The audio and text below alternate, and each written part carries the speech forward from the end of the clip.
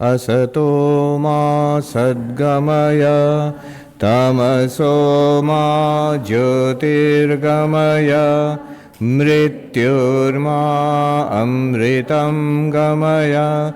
Om Shanti Shanti Shanti Harihi Om.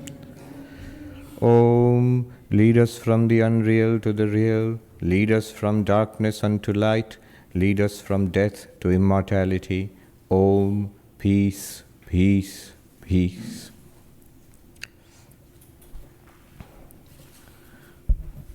So in the first session, we saw the divinity within. When Swami Vivekananda says the goal of human life is to manifest the divinity already present within us, that is religion. The goal of religion, goal of human life is that. But what is meant by by divinity within? And we saw the two aspects of enlightenment. That's where we stopped. The paradigm shift, that I am not what I thought earlier, what I was, this body, mind, this little person. This body, mind, this little person is there, but my depth reality is much vaster than that. I am not the body, I am not the mind. There is the mind and the body, but I am the witness consciousness which enlivens, illumines this mind and body, and that witness consciousness is not subject to birth or death. It's not subject to the vagaries of the mind, the ups and downs of the mind. All problems are out there in the world, in the body, or even in the mind. But I am this refreshingly cool and calm and ever peaceful inner witness, serenely detached from everything in the universe. In one place, Hari Maharaj, Swami Turiyanandaji, disciple of Sri Ramakrishna, in his old age he suffered a lot from many ailments in Benares, in our home of service there. So one day somebody asked him, Maharaj, khub kashto hoche, suffering a lot, is a lot of pain. And then Maharaj said, no. Sri Ramakrishna, by the grace of Sri Ramakrishna, everything is ice cold within. It doesn't work quite well unless you know the heat of Benares, Thakurer kripaye bhetorta borof kore diyeche. It's like a mass of ice inside, absolutely cool and peaceful. That's very nice. But if that's what it means, that you are this ever peaceful, like a Himalayan peak, shining forth on a troubled world, but you are perfectly at peace, all very nice, but it doesn't exist. Such a thing isn't there. We'll see why not. What is the problem with all of this? And what is the deeper implication? We also saw that it leads to duality. Earlier the duality was, I am there and here is the world, separate world. I am separate, world is separate, God is separate. This is dualism, Dvaita. And now I see that, even the body is not I, the mind is not I am the witness consciousness, everything else is separate. This is duality. It's not Advaita, it's not non-duality. So what is the problem with all of this, and why should we look for anything different, something deeper? Well, the problem started about 2,500 years ago with one gentleman called the Buddha. He said that, my dear Hindus, he didn't use the word, there's so many philosophers who were teaching at that, so many teachers. Anatma. Atma does not exist. There is no such thing as a separate, independent soul, Atma, which you Hindus, we are now using the term Hindus, it was a general term at that time. You all seem to be teaching, propounding. There is no such thing. And he demonstrated logically the untenability of a separate Atman. Not only that, that not only such a thing is not there, it would not even help if it was there. And he showed the whole of samsara, transmigration, memory, everything becomes possible even without the Atman. In fact, the presence of the Atman does not make much of a difference. And there were many reasons given for this. The Buddhists who came after, the masters who came after the Buddha, they investigated this and they came up with extraordinary, very tight logical arguments to demonstrate, to prove that there is no such thing as separate independent, eternal soul, sort of floating over everything else, like a driver within the car. Body and mind is the instrument, like we were talking like that. Swami Vivekananda also points that out in his practical Vedanta lectures. There ensued a huge debate between the Buddhists and the non-Buddhist schools. On one side, the Buddhist schools and the Hindu schools, Naiyayikas, Vaisheshikas, Sankhya, Yoga, Purva Mimamsa, the Kashmiri Shaivas, the Jainas, all of whom talked about some kind of independent, separate reality, higher, the self within. And the Buddhists said no. The Buddhists denied the immortal soul, Atma, so beloved to the other teachers. They denied, and as a consequence of that, they denied the existence of God also. Because, for example, in Nyaya philosophy, God is just another variety of Atma. Atma is of two kinds, self is of two kinds. All of us, each of us, we have an independent self, and body, mind, Atma. And there's one Atma who is separate from all of this and the controller of everything, Paramatma, Ishvara, God. And the Buddhists denied this in toto. There is no such thing as a separate Atma, there is no such thing as a separate God of the universe. Now what happened was, it led to a 1,000-year fight. 1,000 years of intensive debate. The Buddhists trying to disprove, and the Hindus and various other schools trying to prove the existence of Atma. The benefit of that was the development, the flowering of Indian philosophy. I would say Indian philosophy has had two golden ages, two wonderful periods of burst of creativity and development. One was the nearly 1,000 years of debate with the Buddhists. From around, I would say, 200 or 300 years after the Buddha, the flowering of Buddhist philosophy took place, to about 800, 900 AD, where it began to taper off. Nearly 1,000 years.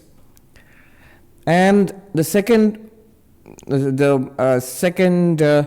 time when it developed, Indian philosophy developed, was few hundred years after the disappearance of Buddhism. Advaita Vedanta sort of reigned supreme, and then the other Vedanta schools rose. Dvaita, Vishishtadvaita, they were already there, but philosophically they became more sophisticated and mounted several attacks on Advaita Vedanta, leading to an internal fight between different schools of Vedanta. Again, a burst of creativity and tremendous development in Indian philosophy. In metaphysics, in epistemology, in language, it concluded with the development of the most sophisticated kind of logical language, Navya Nyaya. Swami Vivekananda says, the most sophisticated, intricate, precise form of logic the world has ever known. Until, I would say, the beginning of mathematical logic in the 19th century. Until that time, beginning of symbolic logic. Until that time, the most sophisticated form of logic was Navya Nyaya logic of, Mithila and then Nadia, Navadvip. So all that happened. One of the courses that I was privileged to do in the philosophy department at Harvard was taught by Professor Parimal Patil there. It's classical Indian Buddhism, 1,000 years of Buddhist philosophy in Sanskrit. So in a few months you compress it. So that's why Harvard is Harvard. You're expected to read all these ancient obscure texts translated, written maybe 1,500, 2,000 years ago, translated into almost incomprehensible English. And all of that, 1,000 years of work, very subtle work, in a matter of a few weeks. You're supposed to read it all and understand it. But it gave a very good bird's eye view, a good grasp of the entire, you might call a literature study of the period of this tremendous clash. And the Hindu side, trying to prove that Atma existed, led to the great Naiyayikas like Udayanacharya, whose masterful works, Atma Tattva Viveka, trying to prove the existence of Atma against the Buddhist attacks. Even now it is taught in graduate level courses in India, in Sanskrit and in philosophy. And then Nyaya Kusumanjali, 9 or 10 proofs of the existence of God, again directed against the Buddhist critic. that God exists, trying to prove the existence of God. So whether they manage to prove the existence of God or manage to prove existence of separate Atma or not is still, it's open. The jury is still out. If you ask the Hindus, yes, Atma and God exists. If you ask the Buddhists, no, we won the debate. There's no Atma, no God. Another name which must be mentioned is Kumarila Bhatta, to his master works, Shloka Vartika and Tantra Vartika, which contain repudiations of various schools of Buddhists who tried to criticize or critique the concept of Atma. The problem is, how can you demonstrate that there is a separate Atma? Where is this Atma? All that we experience is a stream of changes called the body, and if you look within, you will see a stream of changes called the mind. So the Buddhists based their critique on this. The great logician who lived some 500-600 years before Shankaracharya, Nagarjuna, his book, it's an entire book of criticism of concepts like this. Motion, causality, self, even Buddhist concepts of the four noble truths of the Buddha, of Nirvana, all of them are critiqued with razor-sharp logic. Even till today, philosophers and logicians, they find it fascinating, Nagarjuna's logic. And that was further developed by a great master called Chandrakirti, who lived in the great Nalanda University, who lived around 1500 years ago. One of his famous works is the sevenfold reasoning. He gives the example of a chariot. Same example, chariot used by Yama to teach Nachiketa about self. Atmanam ratinam vidhi. Atma is the passenger. The body is the chariot. The senses are the horses. The mind is the bridle which you hold the horses with. And the charioteer, the driver, is the intellect. And the goal is enlightenment. So you are like the Atma is like the passenger sitting on the chariot going to the goal of self-realization. But a beautiful idea. And the same chariot was taken up by Chandrakirti. Interestingly, Chandrakirti's chariot does not have a passenger. So there is no Atma there. To show that this concept of an Atma, separate existence of other than body-mind, it's null and void, it's empty, shunya. So I had the opportunity of doing another course by a wonderful professor, Professor Garfield, J. Garfield. He taught Indo-Tibetan Madhyamaka, the philosophy of Nagarjuna Chandrakirti, exported to Tibet and further developed by Tibetan masters. To some extent we read Vedanta, to some extent we read Nyaya, even some of the Buddhist masters. But we as Hindus, as students of Indian philosophy, often we are ignorant of the further developments which took place in Tibet. For a period of more than 1,000 years, the lamas sitting on their icy vastness in the mountainous plateau of Tibet, they developed it to a very intricate and subtle level.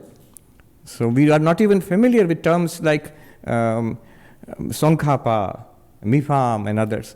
So this professor taught that to us. I remember the first day in the class when I went in there, the professor said, "Swami, keep your Vedanta outside the door." He knew I was going to mix it up with Tibetan Buddhism and make a mess of it. So he was right. You should learn something separately on its own merits and then compare. But interesting, outside the campus, one day I was going back into from the Harvard yard, and I saw this Lama coming on the other side.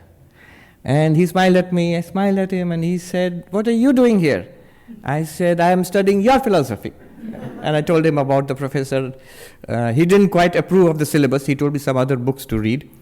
And then he said, "But you are a Vedanta monk." I said, "Yes."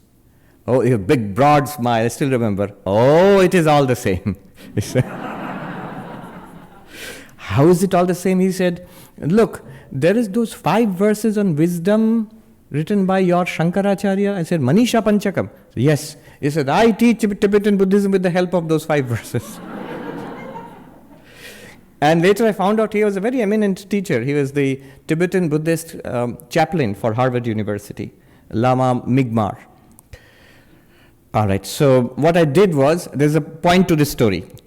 What I did was, at the end of the course, I decided that I'm going to counterattack Buddhism from an Advaitic perspective and show how actually Advaita offers a solution for this 1,000-year debate.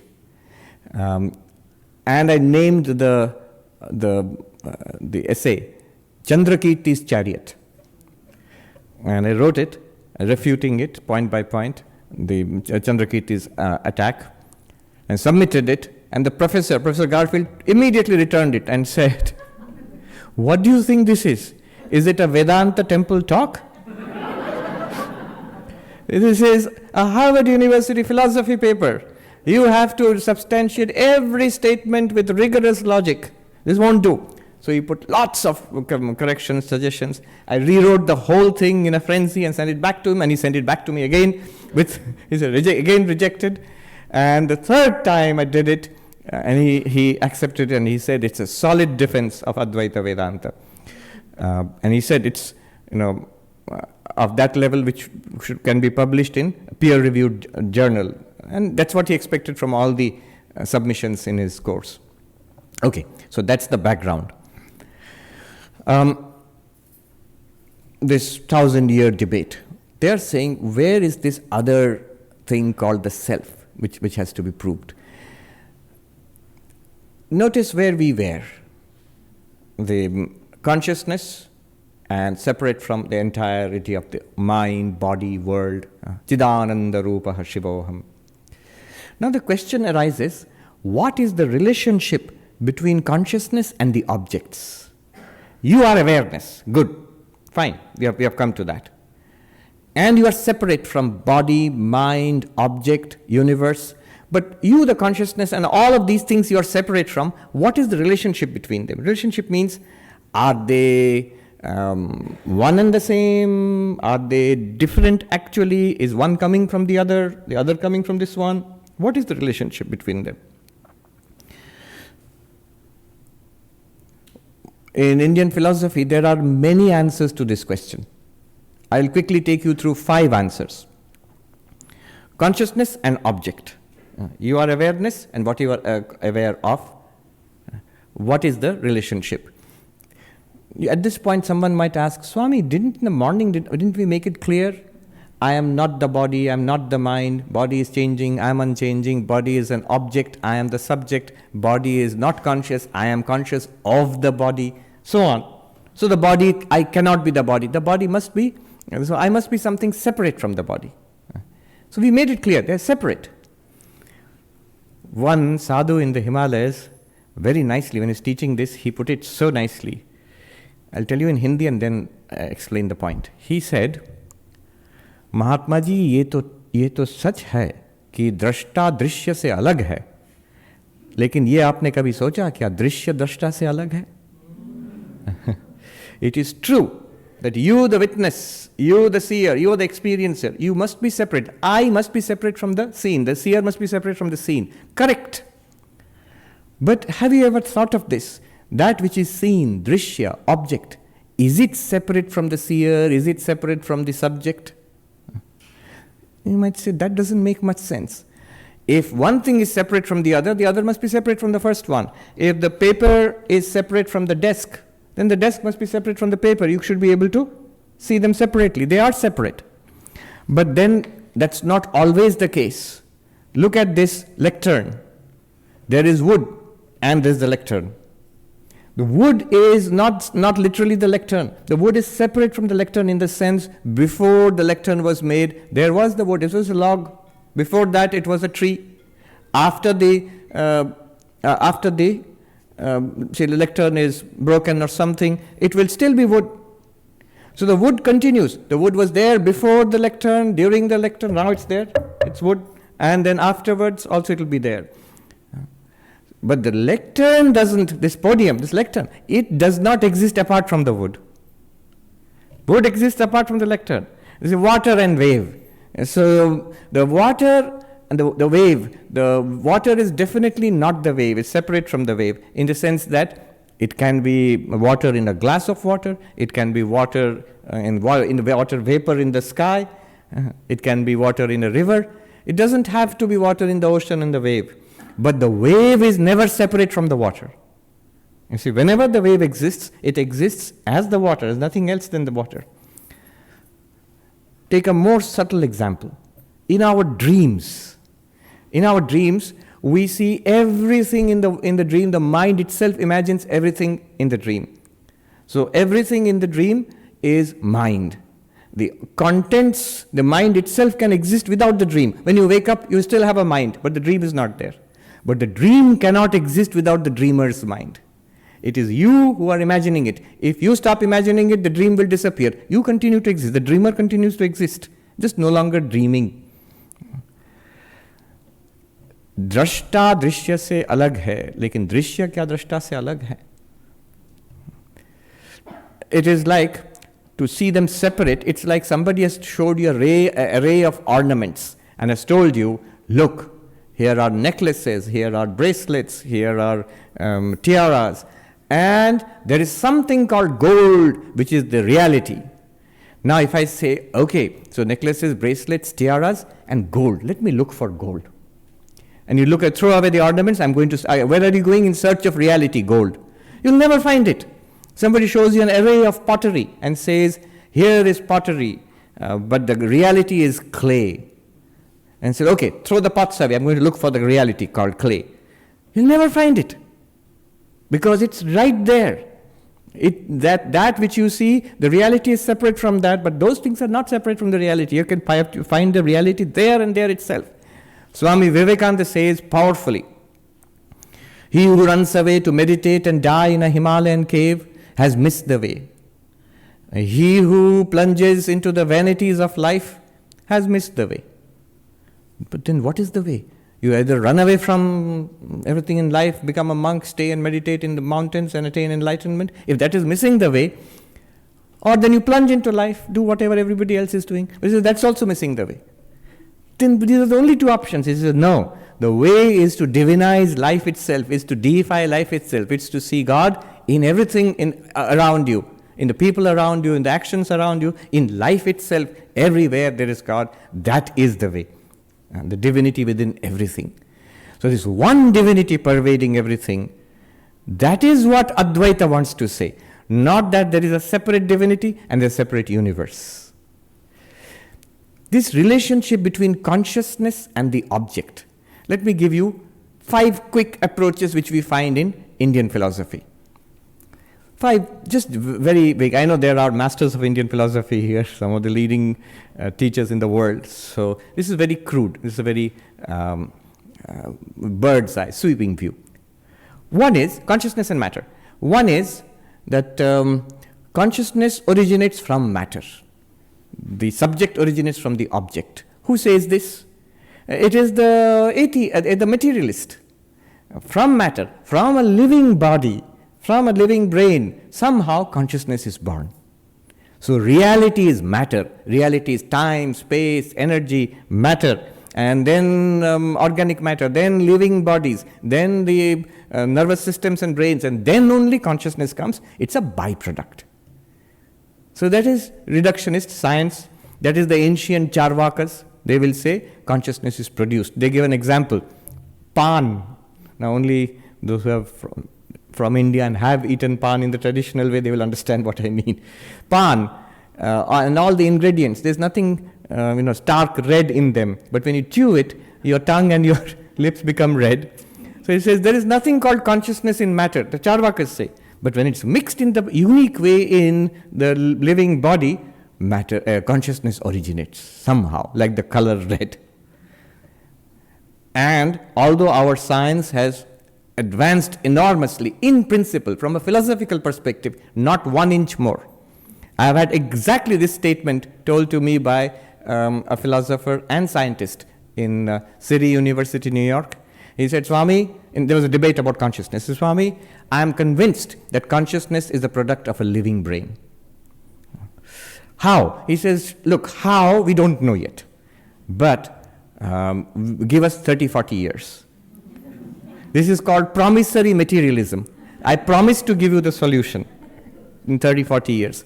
And it's a serious answer, because his example he gave was, look, 100 years back, people said we will never understand the mystery of life. What is life? We don't know. It is something spiritual.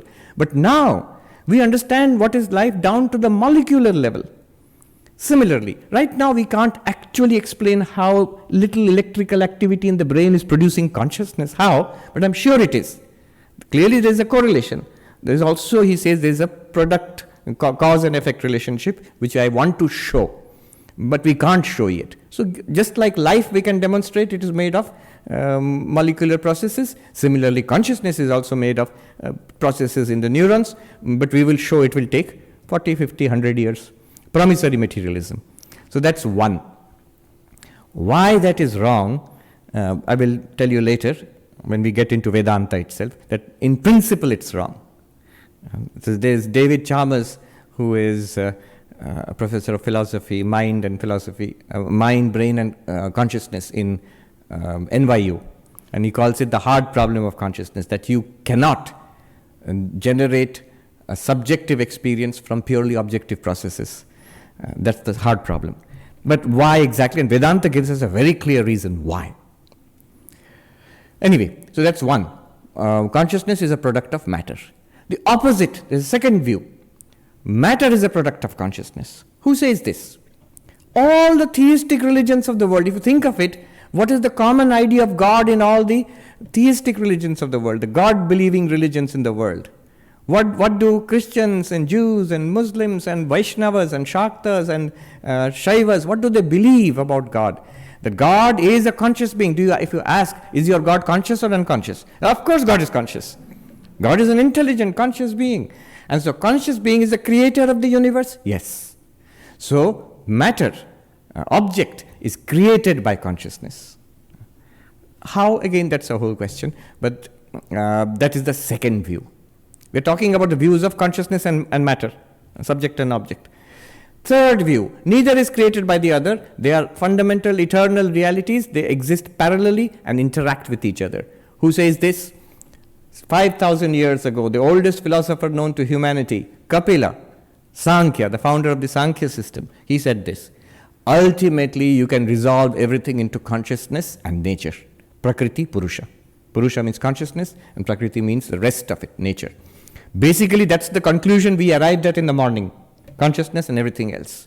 And they interact. 5,000 years ago, and here, 21st century, in New York, same David Chalmers, he is propounding a theory called panpsychism. It's not a new theory, it's been there for a long time, but now a fresh new life has come into it, which is saying that we cannot reduce consciousness to matter, we cannot reduce consciousness to the brain, so consciousness must be a fundamental reality. There's a fundamental reality called consciousness, and there are other fundamental realities called time, space, matter, energy, and they interact and they exist. And consciousness is everywhere, ubiquitous consciousness. I was thinking exactly the same thing that Sankhya philosophers have been saying for 5,000 years. Literally. I remember I had this conversation with Deepak Chopra. You've heard of Deepak Chopra? Yeah. So he said in the green room before the conversation, before the dialogue, he said, Swamiji, they are taking our theories and not giving credit to us. This hard problem of consciousness, the consciousness is everywhere. I said, Deepakji, it's good if they do that, because if you say today that, oh, I learned this from Vedanta or Buddhism and I'm saying this, it will be discredited. But if you say, I'm an atheist, I'm a materialist, and I cannot explain consciousness that way, that's why I must say, I am saying that consciousness must be a fundamental reality. It cannot be explained in material terms. That's much more powerful, and we should be happy. What you came at thousands of years ago, that is now being validated and coming at it from a different perspective and independently, and that's good. That's really good. So consciousness is produced, matter is produced by consciousness, then consciousness and matter are parallel realities, whether it is the ancient Sankhya or the more modern panpsychist today is saying that. The fourth view is the view of Nagarjuna, Chandrakirti, the emptiness view. They say neither matter produced consciousness nor consciousness produced matter. In fact, nobody produced each other. Nothing has been produced at all. What do you mean? It's all empty. Sarvam shunyam. Now Chandrakirti uses a very interesting example. Two bales or sheaves of hay leaning against each other. Consciousness, matter. Consciousness, subject and object. It's only when you're conscious of the world. There's something out there. But only when you're conscious of the world are you aware that you are aware. The subject arises with the help of the object all the time, which shows one depends on the other, which shows neither is independently real. When there is no object, there is no subject. Swami, didn't you talk about light in the blackness of space, consciousness in deep sleep, object has gone, only consciousness exists. So the emptiness people, Chandrakirti and all will say all that is back calculation, Back calculation is you have made up your mind that consciousness exists eternally. And now when you are in trouble, in deep sleep for example, no consciousness, in coma it seems no consciousness, you are somehow introducing it. This is like accountant. There's a funny story about different people who applied for a job, and when they were being interviewed, there was the engineer who was asked, what is 2 plus 2? So the engineer calculated and calculated and calculated. He said something between 3.9 and 4.1. And I don't remember, it's very funny. Each person giving an answer from their academic discipline. Finally, the accountant comes. What is 2 plus 2? He gets up and he closes the door and he comes and whispers, how much do you want it to be, sir?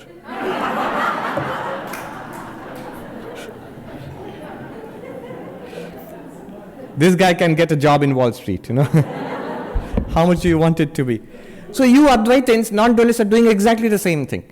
You have made up your mind that you want it to be consciousness. When clearly there is no consciousness, you are bringing in, smuggling in consciousness. That it is like light in darkness of space. What proof is there? There is no consciousness there. Or at least what we normally call consciousness, right now, that kind of consciousness is not there. You must admit that. So, emptiness. Consciousness also empty, object also empty. Subject and object both are empty, sarvam shunyam. Then what is real? Won't say. And there is a point to that, why the Tibetan Buddhist won't say. There's a very logical point to that. And that's why the Lama said, it is ultimately the same thing. But there's something coming at it from a negative side, something coming at it from a positive side, and both ultimately pointing to the same thing. Then the fifth approach. What are the four approaches, in case you have forgotten? Matter produces consciousness, materialists. Consciousness produces matter, religious people. Then consciousness, matter parallel, Sankhyans and Patanjali Yoga and modern panpsychist. Then both are empty, the Shunyavadi Buddhist. Then the point I'm coming to, Advaita Vedanta, which says consciousness only. What we call matter, what we call object, is an appearance in consciousness, much like a wave appears in water, much like objects in the dream appear in your dreaming mind. It's not produced. So isn't it like God producing the world? It's not produced. Nothing has actually happened. You have not actually produced a world. When it seems to be a world, it continues to be consciousness. It was God and Brahman, and now it is a miserable world, and one day it will be all right. Gaudapada condemns this view. Pragutpatte rajam sarvam. This is tenaso kripana smritaha. He says, before the origination of the universe, everything was perfect. Not the one existence absolute. Now it has not there. Now it has universe has become. We have come and we have to find our way back to Brahman, and it will happen someday or the other. He says, fools. You will never attain to realization in this way. That same Brahman continues to exist right now without any change at all. And you are that Brahman. So consciousness is the reality in which matter appears. So everything that appears right now, whatever you are experiencing as a world, is nothing other than consciousness. It is not that everything is consciousness. It is nothing other than consciousness. Consciousness alone is, and here I'm using consciousness in the sense of pure consciousness, Sat Chit. That alone is, Brahman alone is the world. It appears as the world. Brahma Satyam Jagat Mithya. This is the conclusion of Advaita Vedanta. Not what it seemed in the morning. World and I, the consciousness. World, body, mind, and I am consciousness. Not like that. Consciousness in which mind appears, body appears, world appears, waking, dreaming, deep sleep appear and disappear, one consciousness alone. How do you do this? Again, we'll dive into a quick survey of various schools of Indian philosophy coming to this conclusion. See, I found this you can find in many ways. It can be done in many ways. Let me just give you one thing which I found quite impressive. The present Shankaracharya of Puri, Nishchalananda Saraswati ji, in one of his talks, in one sentence he said something, how from the world you go to pure consciousness, just by analysis. And that happens in 7 stages. Just a sentence, a fragment of a sentence. Now, to explain the fragment of a sentence, you need a full talk, which is what this is, today's talk, this one. What did he say? We're going to walk through it. What are we going to achieve? We start with this world as you see it in common sense. Here I am, here is this world. And right here, we will end up with consciousness only. With this world, with eyes open, only consciousness is the reality. We'll come to understand this. And this happens in 7 stages. What are the 7 stages? Very quickly, let me just go through what he said. First, you start with Jagat, world. What world? As you explain, as you see it right now. People and, space and buildings and chairs and tables and body, mind, all of this is world. Next, stage 2. You analyze this into the 5 elements. He says Jagat, second stage is, deeper you go into it, you will see Pancha Bhuta Vilasa, the play of 5 elements. The old cosmology, space, air, fire, water, earth. You might think, that's all that was very old and outdated. Although it was at one time prevalent across the world, in the east and in the west, everywhere, 4 elements sometimes, 5 elements sometimes, 3 elements sometimes, but basically that. And there is a very interesting psychology behind all of that. But anyway, whether you consider that or the 100 plus elements of the periodic table, it is basically the world is made of matter, energy, time, space. And at this point, no scientist will dispute it. So basically, this is what it is.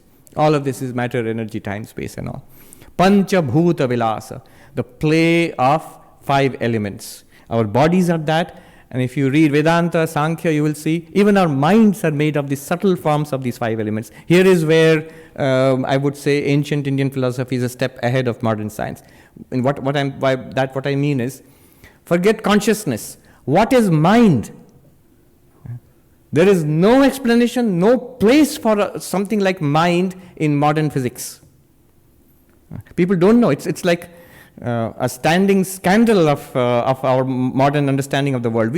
So why science, psychology is a science? Yes, but what does psychology study? When they study the mind, they are very uneasy about studying the mind, because where is the mind? So I am feeling the mind. Yes, you are feeling it, but for a scientist, the last thing that a scientist can see is tiny electrical activity in your brain revealed by fMRI scans and all. That's it.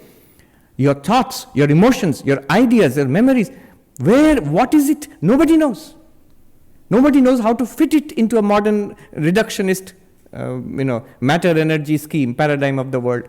So mind, even according to Indian cosmology, mind is also matter actually. There Indian thought has no problem at all. It is the subtle forms of the 5 elements which comprises the mind. Mind is also matter. The old ridiculous joke, in philosophy classes they'll always tell you, it's the first joke you hear, what is matter? Matter and mind. What is matter? Never mind. What is mind? No matter. The play of 5 elements. Then third stage, it is nothing but, all of it is nothing but Maya Vilasa. It is the play of Maya. At this point somebody will say, how do you know that? You have now introduced some old theology that is in India everybody knows, sab Maya hai. Jagat, the world is the play of 5 elements, or matter, time, energy, time, space, matter, energy. All of it is Maya. How do you know? But actually, I was just thinking, if you contemplate the cutting edge discoveries of modern science in the 20th century till today, You notice the all-pervasive presence of paradox everywhere. Rebecca Goldstein, who wrote a book on Gödel, in her introduction to that book, she says that, notice the greatest discoveries of 20th century in science. Einstein's relativity, theory of relativity, Heisenberg's the uncertainty principle, and Gödel's incompleteness, theorems of incompleteness theorems. But just look at the names: relativity, uncertainty, incompleteness. What's so strange about that? If you're in 19th century, if you asked scientists or mathematicians, what do you expect knowledge to be in 50 years, 100 years? They would not have said relativity. They would have said absolute truth. We are looking for absolute truth. They would not have said uncertainty. They would have said certainty.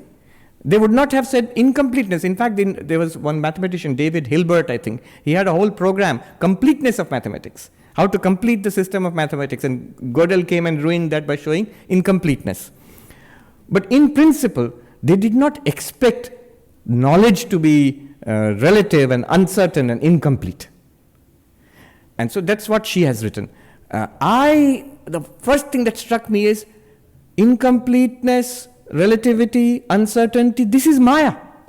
This is how Maya is described. If you push any system of knowledge far enough, you're going to end up with inconsistencies, you're going to end up with paradoxes. In the New School in Manhattan, I remember 4 years ago, there was a very nice conference. The conference was on the unknown, unknowability, on what is unknowable in every discipline.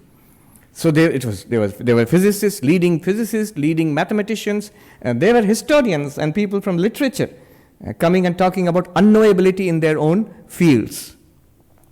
And I remember, we know what the mathematician or the physicist will say. The historian I still remember, a British gentleman who said, in history we know that the future is fixed, the past is always changing. As you know more and more about history, you keep changing your theories about what might have happened in the past. Unknowability. So Maya Vilasa, it is the appearance of Maya. Maya itself, see, it's not so strange. The philosopher Galen Strawson, his father was a very noted philosopher in Oxford University, Peter Strawson. Galen Strawson used to teach in Texas, UT Austin. He had written this half humorous, half serious article in New York Times called The Hard Problem of Matter. He said, consciousness is not a problem, he said. We are all conscious. We are aware of consciousness directly. But after consciousness comes matter. We are aware of matter. Now, what is matter is the real question. We are all directly conscious. We are aware of ourselves. We are conscious. Then what comes in consciousness is the object. What is that object? What is matter? That is the question. And as we investigate matter more and more, it is disappearing before our very eyes. Matter is a paradox. So the Maya Vilasa, that the play of matter, it's a paradox actually at its root. So Maya Vilasa. But in Vedanta, Maya is the power of Brahman, the power of consciousness. So Maya Vilasa reduces to the play of consciousness, Chid Vilasa. It's consciousness by its unique power which is manifesting as the elements and which is manifesting as this universe. Chid Vilasa, the play of consciousness. Now at this level, there is a vast, vast philosophy. This is called Kashmir Shaivism. Kashmir Shaivism says this universe is a play of consciousness. It's the play of Shiva. So, Shiva is consciousness, the play of consciousness. So, you are consciousness. It's your play. And I love that story by Alan Watts, where he talks about what is going on here. And it's a beautiful story. It's a story for little children, but it's actually very profound for grown-up people. Alan Watts, of course, is long before my time, but some of you might have heard about him. He was in the Bay Area. And an article about him described him as a strange combination of philosopher and pirate. So he taught a mixture of Buddhism and Vedanta. But the story, it perfectly matches Kashmir Shaivism. So The story goes, God existed from eternity to eternity. But then existing like that for eternity, nobody else was there, God got bored and thought, I want to play. But whom will God play with? There's nobody to play with. Only God exists. So he thought about it for a very long time. How can I play? I don't have a friend. Then he hit upon an idea, because he is extraordinarily clever, he's God. So he hit upon an idea and he pretended to be not God. So God pretending to be not God. Now God can play. This is God and God pretending to be not God. Now there are two. God can play. But the problem is, God is very good at what he does. So when he pretended to be not God, he pretended so well, he forgot that he was God. And that is what is going on now. God, who's pretending to be not God, forgotten that he's God, is searching for God. This is samsara. That is a beautiful description of Kashmiri Shaivism. Shiva and Jiva are the same. Shiva manifests, plays as this universe and enters into this universe as Jiva and contracts his own powers and glories into a smaller form. In the contracted form, it's Jiva. Sri Ramakrishna used to say, Pash Baddho Jeev Pash Mukto Shiv. This idea of Pasha, of tying oneself. You become Jiva. Freed from that, you are Shiva. Kashmiri Shaivas have an extraordinary idea of bondage and liberation. So you are not bound. This is Advaitins, Vedantins are wrong. You are not bound. You are free. You are Shiva. How can Shiva be bound? You are playing. You want to play at being a miserable human being. So you are playing. The day you want to be liberated, who can stop you? You are Shiva. That day, that instant, you will be liberated. You might say, but I want to be liberated. That's why I'm practicing all spiritual disciplines. It's not happening. It's taking such a long time. Then the Kashmiri Shaivas will say, now you are Shiva, you want to play at trying to be liberated. You're trying to be a sadhaka now. You're playing at being a sadhaka. The day you decided I'm liberated, you'll be liberated. Anyway, so that's their view. It's the play of consciousness. Very beautiful view. Leela, the play of consciousness. Somebody asked Sri Ramakrishna, why is there so much suffering? You find it in the Gospel of Sri Ramakrishna. If God exists, Ishwar jodi achen, tale jagote dukkho keno. So much suffering in our lives and in the world today, whether you see the shooting of little children, war, COVID, some are natural causes, some are man-made causes.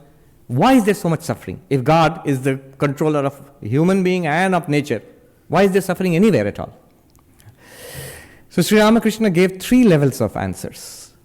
The first answer was, it's a mystery, it's a paradox. Tar ichha amra ki bujhte pari. Can we understand the will of God? It is beyond our understanding. What is that? Maya vilasa. It is the Maya of the Lord. It's paradoxical. We cannot understand. The gentleman who asked the question was not satisfied by this. Again he asked, no, this is not an answer. Why is there suffering?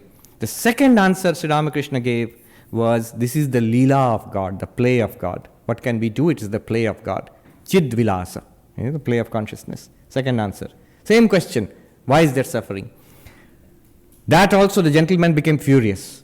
He said, in Bengali, he said, Tar to Leela Ramra Mori. It's the play of God, but it's killing us. It's veritably death for us. We suffer terribly. What kind of play is this? Would you tolerate this answer from anyone in the world?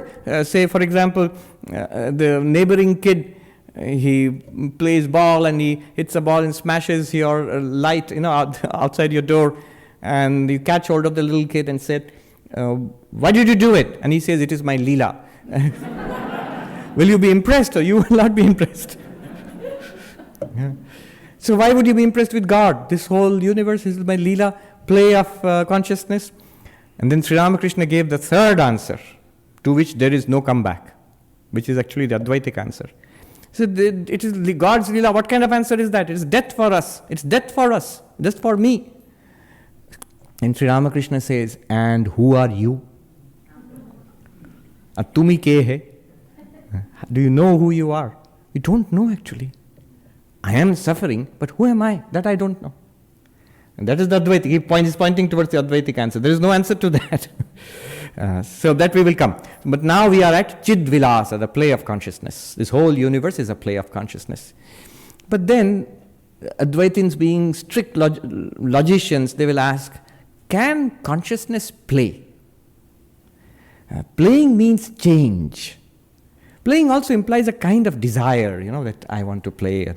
So is change, desire, it might be a good metaphor, but literally does consciousness play?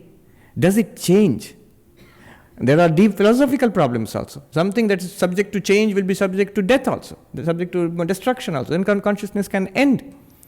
Not only that, consciousness is that which reveals everything as an object. If consciousness is playing, then it is play. Consciousness is that which reveals the play. In that case, consciousness must be separate from that play. So there are problems with this.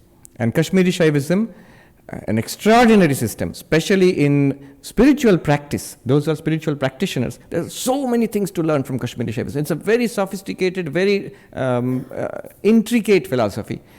But I must say, from an Advaitic perspective, and from the perspective of the other older philosophies of India, whether Buddhistic, Advaitic, you'll notice they really haven't engaged with Kashmiri Shaivism. Where is the vast literature? The great Abhinavagupta and others, they engage with every system of philosophy. But those systems of philosophy, they mention it in passing and they refute it and go ahead, because there are, I will not go into it, but there are deep fundamental flaws at the very conception, at the very root. It is maybe more poetry than philosophy at some level. I know there are those who would be aghast at, I'm thinking of certain philosophers. Anyway, but can consciousness play? No, consciousness does not change. To actually, literally, if you mean physically actually play, physically the word doesn't apply to consciousness anyway. So play is not possible. What happens is, what exactly happens in consciousness? Things appear in consciousness. Consciousness experiences. The very nature of consciousness is to experience appearances. So the universe appears in consciousness. That appearance theory is called vivarta, chid vivarta. It's not chid vilasa, not the play of consciousness, but an appearance of consciousness. So everything appears because of consciousness. The very nature of consciousness. What do you mean appearance of consciousness? One Swami explained it very nicely. He said, the nature of the eye is to see, and the nature of space is to remain unseen. And that's a Nyaya theory, that space is not seen. So the eye sees and the space remains unseen, but the eye will see, and space cannot be seen. So when you look up at the space, it looks like an inverted bowl. It looks like a surface. Children might think that it's a blue inverted bowl. They don't get the feeling that it's endless space there. Why? Because the eye has a way of imagining a surface which has to be seen, and space cannot be seen. It's like that old question of irresistible force meets immovable object. What will happen? There's a story, one of my favorite authors, science fiction authors, was Isaac Asimov. Though some of you must have read. And he tells a story about his life. He said he would ask this question to any girl who is a prospect of marrying, that if you answer this question, then I will marry you. What will happen if an immovable force meets an irresistible object? What is an immovable force? That immovable object, that which cannot be moved. Irresistible force, that which can move everything. It can't be resisted. So if the two meet, what will happen? Nobody could answer. I think nobody wanted to marry him also. Then the girl whom he finally married, she answered correctly. So what was the answer? It will never happen, because if there is an immovable object, there cannot be an irresistible force. By definition, immovable object means there cannot be any force which cannot be resisted. And if there is an irresistible force, there can be no object which cannot be moved. So the two can never meet. So then he had to marry her. But here the result is paradox. Consciousness will experience, and there is nothing else other than consciousness to experience, so consciousness appears as its own object. Consciousness appears as its own object. Very much like a dream. In a dream, the mind appears as the dream world. That is called chid vivarta. Not an actual transformation of consciousness. Not that consciousness becomes the universe. Not that consciousness produces matter, energy, time, space. But it appears as matter, energy, time, space. Like a virtual world. Now, this might not be as crazy as it sounds, There are crazier ideas out there in modern physics. Brian Greene, who's a very well-known cosmologist at Columbia, he's written this book, An Elegant Universe, and the PBS documentary also was there on string theory and everything. His latest book, Until the End of Time, it is more philosophy than physics. So he has written this book, he launched it at Harvard, and there, a beautiful presentation. One of the things he mentioned was, the universe might be a product of a brain, they called it a Boltzmann brain, and like a quantum state existing for endless amounts of time, it can come together into an intelligence suddenly of immeasurable capacity and produce a universe. I mentioned it to an eminent philosopher. He was so furious, he said, yes, once you are an eminent physicist and scientist, you can say anything you like, and that will be taken seriously. Whereas philosophers, we say some of the most logical things, but because we are a philosopher, nobody cares for us. Anyway, Chid Vivarta, it appears as consciousness. The consciousness appears as the universe. But that which appears as the universe, in that case, every bit of it must be consciousness. If consciousness is appearing as the universe, then the next stage is called Chinmaya, pervaded by consciousness. So if consciousness itself, if the wood itself is coming as the table, then every bit of this must be wood. Inside, outside, top, bottom, it must be wood. If consciousness itself is appearing as the universe, then every bit of that appearance must be consciousness. So if you examine everything, everything is consciousness. Chinmaya, pervaded by consciousness. You might think this must be the last stage. No, one more stage. Chinmaya, pervaded by consciousness. Is there a pervader and pervaded relationship? Is it something like, here is a room, switch on the light will pervade the room? Is it like that? There is a universe, and switch on consciousness pervades. Here is a room, light the incense, the fragrance of the incense will pervade the room. Is it like that? Or is it like wood and the lectern, like wave and water, like gold and ornament? Here, light and the room are distinct. One pervades the other. Room and the incense fragrance are distinct. One pervades the other. Is consciousness like that? It pervades the universe. So many people think like that. That there is the universe, solid, here, and God is pervading the universe, consciousness is pervading the universe. Something is there like light or something like that all everywhere. And here Vivekananda said that I have never taught such strange doctrine that God is everything. Mary Hale said, I understood what you have taught, that God is everything. Vivekananda said, I have never taught such a thing. I have never taught such. You said it. No, what I meant was that God alone is. The universe is not, the world is not. Everything is not, God alone is. And God alone is, everything is not. The last stage is, it's not that consciousness pervades the universe. Consciousness alone is. Yeah. Universe is an appearance. Consciousness alone is. Chin matra, consciousness alone. Not a pervading consciousness. Shankaracharya also says in one place, there is no pervaded relationship. Here also, there is no pervaded relationship. It is wood, through and through. It has a form of a lectern, name of a lectern, and the use of a lectern. Nama, rupa, vyavahara. Name, form, and use. Name, form, and transaction. But the reality is that it is made of wood only. There is only wood. Consciousness only, chinmatra. Now 7 stages. Let me run you through the 7 stages and bring this to a conclusion. 7 stages. Start with the physical world. Jagat, stage 1. Resolve that in your understanding into matter, space, time, energy, into the 5 elements. Panchabhuta vilasa. Resolve that further. They are all produced from Maya vilasa. Of course, the Shankaracharya, when he said this, in his mind there was Taittiriya Upanishad. Tasmad vaye tasmad atmana akasha sambhuta.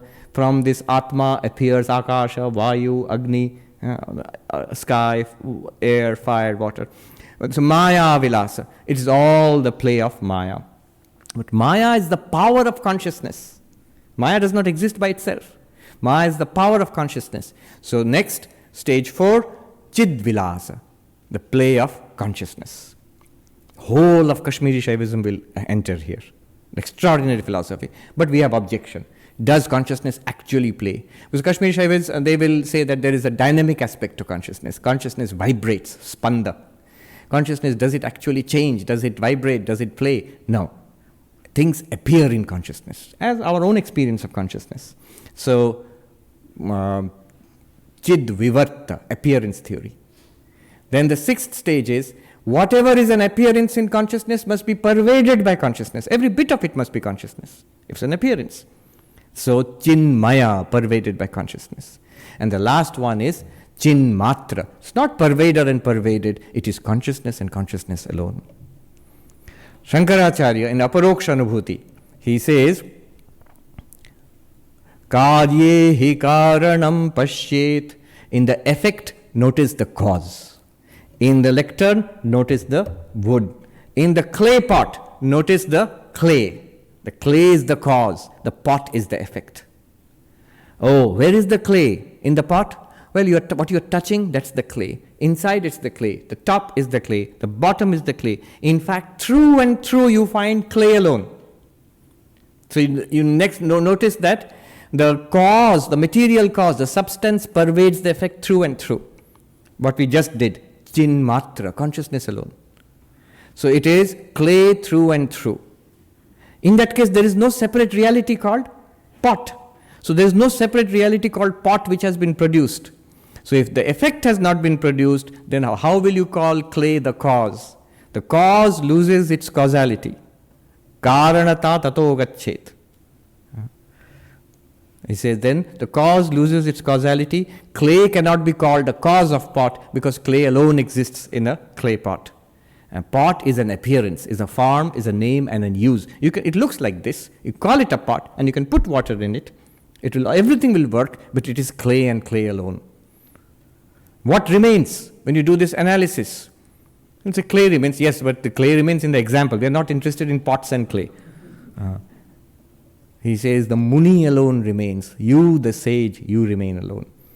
You, consciousness, you remain alone. In you, this entire universe is an appearance, not one bit different from you. You pervade this entire universe as awareness, as consciousness. There's this oneness of all existence that right now, just as all ornaments are gold, all waves and foam and surf are water, and all pottery, clay pots are nothing but clay. Similarly, this entire universe is nothing but Brahman, Atman, consciousness, appearing as this universe. This is the answer to Chandrakirti and Nagarjuna and to the Buddha. You're right, there is no separate Atma, body, mind, Atma. No. It is the Atma alone appearing as body, mind and universe. It's Brahman alone appearing as body, mind and universe. Swami Vivekananda says, Advaita alone gives a solution to this problem.